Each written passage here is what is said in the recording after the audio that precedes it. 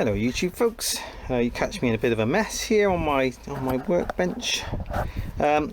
Anyway, what I've got here today is a steering stem mount from buybits.com via Amazon.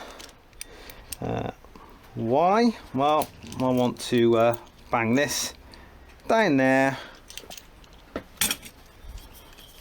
bang that on top of it. I'm not sure which way around it goes, probably doesn't matter. So what I want to do, this is the first time I've tightened it up, so first time to see how rigid it might be. Possibly quite rigid. It's going to have to be, let me put it that way. Oh, that's very nice of them. It's a nylock nut on the top as well. Yeah, bang this down there, have the mount out here to mount a camera or two on top. Now the reason I bought this is because I have tried many different ways of attaching cameras to the handlebars, or to the mirrors, or even to the handlebar clamp. In fact, I ruined the first handlebar clamp by scratching it up. Not that you can really see it very well here, you can't, but yeah, to my eye I scratched the finish, didn't like it, so I had to buy another one. There's too much vibration through the handlebars to mount a camera, in my opinion, for my mounting solutions, for all the kit that I've got anyway. The mounts either allow the camera to be too floppy, move around too much, or the vibration gets into through the mount to the camera, and either you literally have a lot of vibration in the picture, or you get this kind of wavy effect in the picture at certain revs. So unfortunately, vibration through the handlebar on this bike is not good. I do plan to get heavier bar end weights to see if it will help. I've heard replacing the mirrors as well might be an idea. I actually had a homemade version of this kind of mount. It was nowhere near as good as this, but I made my own steering stem mount to test it out to see how much vibration there would be. I haven't got a video of that, but I've got a video taken with it, and I've got pictures of what I made, so I'll include those here. And I found that the vibration wasn't as severe here. There's still vibration coming up from this area, but it wasn't as bad as sticking a camera mount on this bit, or here, or even here, or even on here. So it encouraged me to spend loads of money on this, and this was £37 I think on this kit, to see if I can successfully mount a camera or two because I have a madcap idea of mounting the RAM mount here, having the GoPro on top of that if I can get to see above my screen. I might have to have a little extension, and then maybe even a 360 camera on top of the GoPro on top of the mount. And I've got a forward facing camera there. The GoPro does fit lovely on there, but I think I'd rather have a higher cockpit level forward facing camera and rider facing camera. So I've got the idea of having the GoPro there, 360 camera bolted on top of it. We'll see how it goes. It might not work, I might change my mind. This might be no good. The vibration might still be too much, might have to sell it. But that's the plan. Now, I've hit already a bit of a snag. And that snag is I cannot get the mount into the steering stem past the handlebar. So unfortunately, I've got to lift the handlebar. Right, you go down there and wait.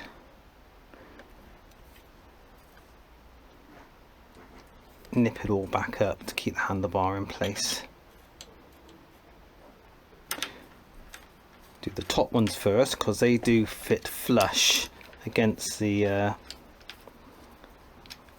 against the clamp and the mount, but there is actually a gap on these sides, and that is normal.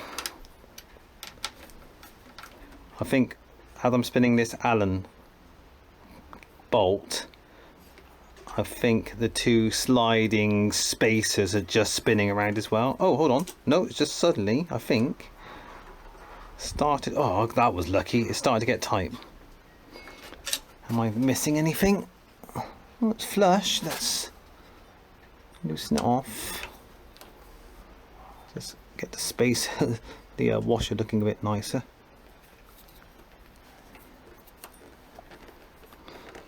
It's hard to keep those concentric and pretty looking. Oh no, no, no, no, no, no. Ooh. We could be in trouble here. It could be very hard to put that mount in.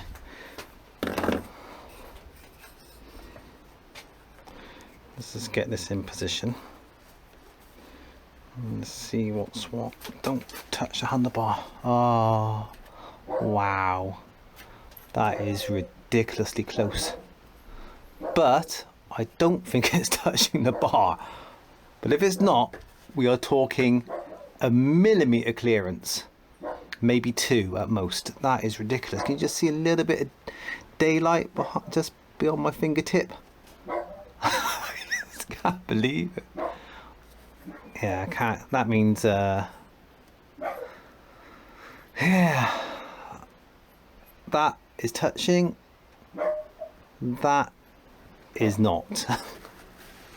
Okay, my little homemade power bank mount will probably have to move now. That's a shame, because I was hoping to have this main mount here angled more upright, so I wouldn't need an extension before mounting the camera. I wanted it to be as rigid and as short as possible, ideally, and it's not going to happen.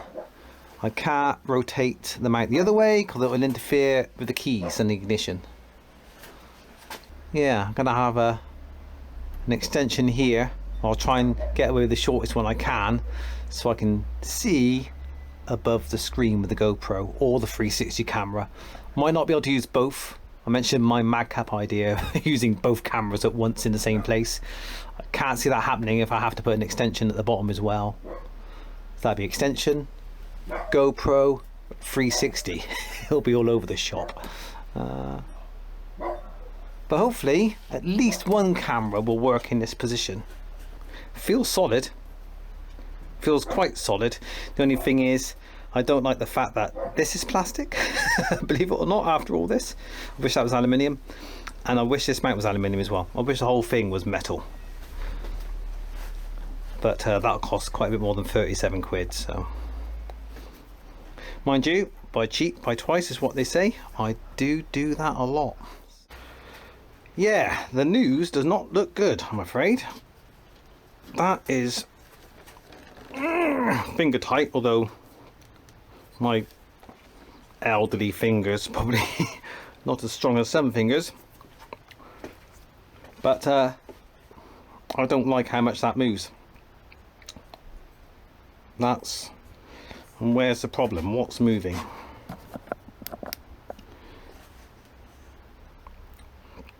It's moving in the mount. I mean, the ball isn't moving in its mount. It's just, it's plastic.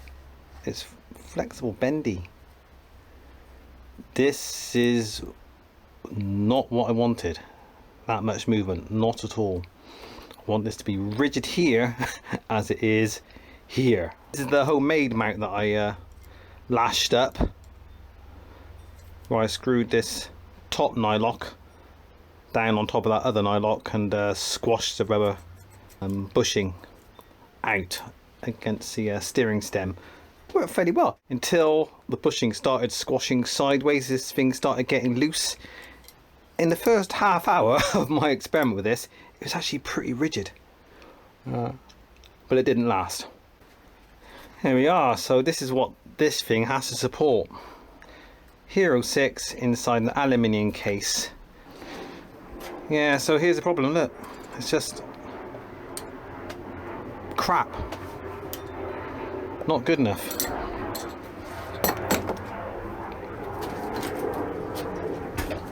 Even just, I don't know if you can see that, but even just getting the bike, just letting it fall on the side stand, that's just not, that's no good. That's no good at all. Yeah, I can feel it twist a little bit there when I touch it. It's definitely moving down here. Can't feel it on that mount. Feel it on the board a little bit. Might be able to get away with just an aluminium fitting on the end here. This is where I'm going to just start spending more money, basically. First thing I'm going to do, and I can already predict it, I'll buy a new ball end that's aluminium with an aluminium mount here. That won't solve it. That'll be 10 quid. Then I'll buy an aluminium one of these to replace the plastic one. They, I know, are about £24. And at that point I'll realise this will never be stiff enough. But I'll probably replace one of these with an aluminium one, another 8 quid maybe, and then I'll give up. That's how I work.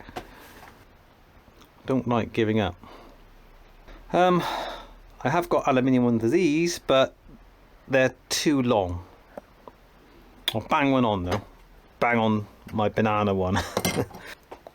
Check it out. Yeah. So off to Amazon. I'll be buying aluminium version of this mount to see if it makes it any better. Ram mounts are new to me, so I've got no other 1-inch ball fitments, I don't think, anywhere. He says, hold on, I might have something. Oh, hello. I think that might be a 1-inch ball, aluminium. So if I can get this out of here, and I don't know, I've never done it before, but I might be able to. Let's see what we can do. Here we are. Put that back together, you poor thing. Bang you on. It looks like it wants to grip, so that's something. Ooh, no. Looks like it's the not the same diameter as the original ball. Probably not the full inch. Nope, useless. That's probably what this ball looks like before the rubber is put around it. That's probably all I've got there. And I don't think it's going to work the other way either. Not sure what the significance of having the spring on one side only is. But pretty sure this isn't going to help anybody. Oh my god, it's tighter. But I think, wow, ooh, that is solid. That's actually, oh, not that solid. It's this little combo. Any more solid, any more resistant to side movement than the first mount? And the answer is, oh, look at that. No springiness, no boinginess. That is what I'm talking about. That's what I need. So, thing is, I've pretty much gone as tight as I can, so this ball really isn't quite the right diameter. It's not quite big enough. Like I said, probably made to be wrapped in rubber for the ram mounts. Really. But that's good enough. And if it gripped tightly, which obviously it doesn't at the moment, if it gripped tighter, held that firm, I think we'd be cooking.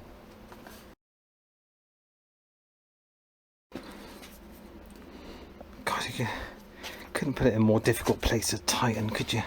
Just can't even. My ladylike fingers are struggling to fit in there. Oh, look at that. That's solid. Oh, bugger. Okay. New balls, please. I need to find a bigger diameter ball after all. I thought that'd be nice and tight. It's not. Okay, so yeah, back to the drawing board. But look at the possibilities. Just over the screen there. Looking ahead looks quite promising.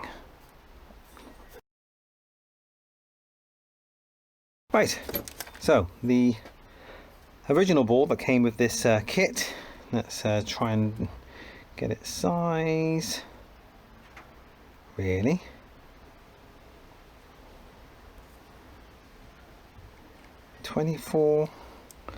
Ah, 24.8.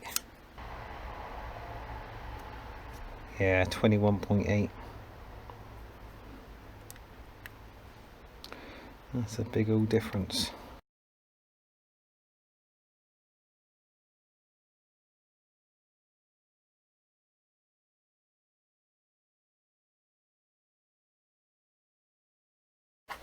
Well, hello again. It's a little later in the day. It struck me that I have got one other ball mount. Unfortunately, for my camera holder, it's in there. So we know with the aluminium ball, it just fell back quite easily, even once I've tightened this as much as I reasonably could. Oh, that is stiff. That does not want. Oh, I'm giving that maximum thumb. Ow. Okay. That's interesting.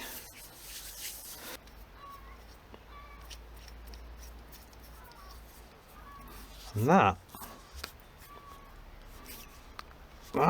that's tight.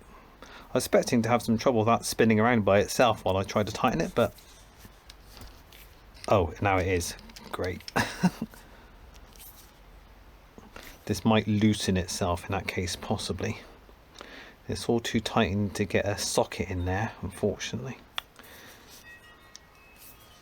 But it'll do for my experimental purposes. Right, just want to get it tight enough so I can do the knock test. See if it vibrates when I give it a bit of a touch. So that's tight. Oh my gosh. Look at that. Compare that to the original mount that came with the thing, with my little plastic extension.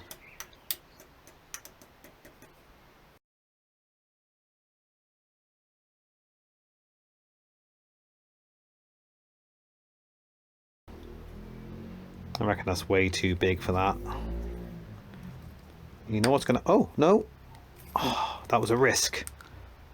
It could have easier snapped.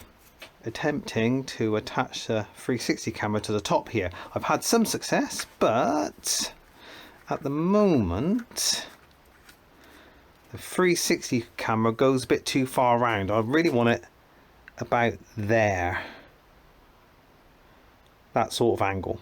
Why? Because when I'm riding, my face and my view isn't split across two lenses, so I don't have a stitched line down the middle of my face. And looking forward, also, there's no stitched line in the middle of things that are close to the camera, because things that are close to the camera can look a little bit distorted because they're actually being filmed by two lenses at the same time.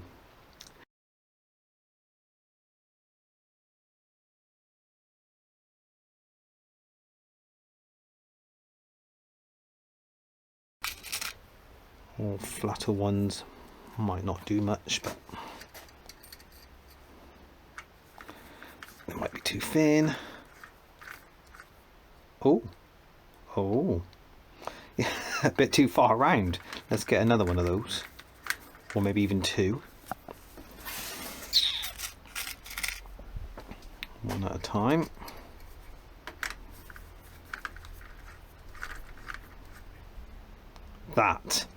That's what I wanted.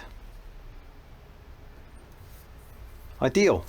So we've got good uninterrupted view coming back, uninterrupted view forward. The stitched line is kind of there. So if I'm looking at something over there, That's fairly close, it might be distorted. The same over there, there isn't much over there, unless again I'm going in for a left-hander leaning off the bike.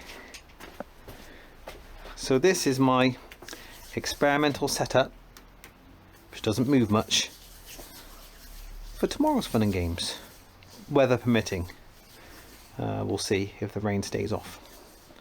Never cleaned the bike today, I was going to, but got waylaid by trying to find solutions to my loose balls.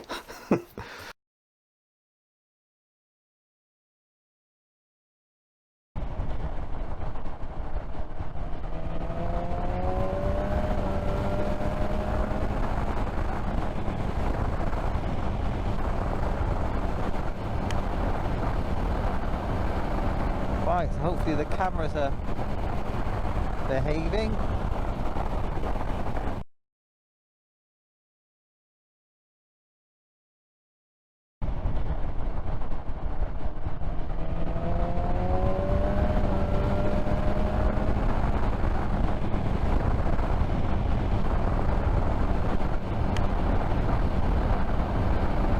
Right, so hopefully the cameras are behaving. So the results are in. Firstly, I'm really happy with the GoPro footage. The stabilization looks decent, camera looks great, footage looks great really. The One X didn't fare so well. Now you can see a bit of a wavy effect to the screen when just as I overtake the red car at the beginning of the clip. That sort of effect happens quite a lot on bumpy roads or hitting cat's eyes, that sort of thing. You can kind of understand it when I show you this clip on the One X without stabilization, without the software trying to stabilize the footage. So that's what it's trying to deal with. So it looks like on the face of it, the One X can't really sit on top of the GoPro camera. I hope I can improve things. I'm going to pack out the mount between the GoPro and the One X. I'm going to pack that out with rubber, more rubber, for my next test ride. But the GoPro, that's good. I'm happy with that little bit anyway. So thanks for hanging out with me, and I'll see you again in the next video.